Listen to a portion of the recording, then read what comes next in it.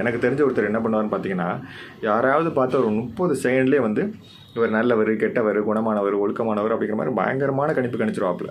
30 second தான். எப்படா கணிக்கிறாப்புல அப்படின்னு பார்த்தீங்கன்னா, அவருடைய அந்த முகம், தோற்றம், ட்ரெஸ்ஸிங் இதை வச்சே முடிவு பண்ணிடுவாப்புல. ஆனால் ஒரு மிகப்பெரிய ஒரு கொடுமை என்னென்னு பார்த்தீங்கன்னா, இந்த 30 செகண்டில் கணிக்கிற பழக்கத்தாலே ஒரு 30 தடவைக்கு மேலே ஏமாந்துருக்காப்புல.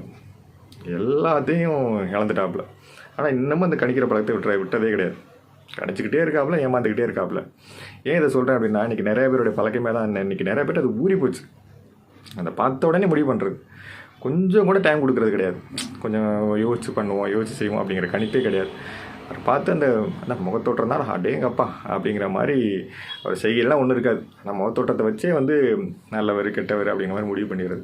தயவு செஞ்சு அது ரொம்ப ரொம்ப தப்பான பழக்கம். தயவு செஞ்சு இந்த மாதிரி பழக்காதீங்க. எல்லாருக்கிட்டையும் ஒரு சுயநலம் இருக்குது. அது எப்போ வெளில வரும்னு சொல்லவே முடியாது.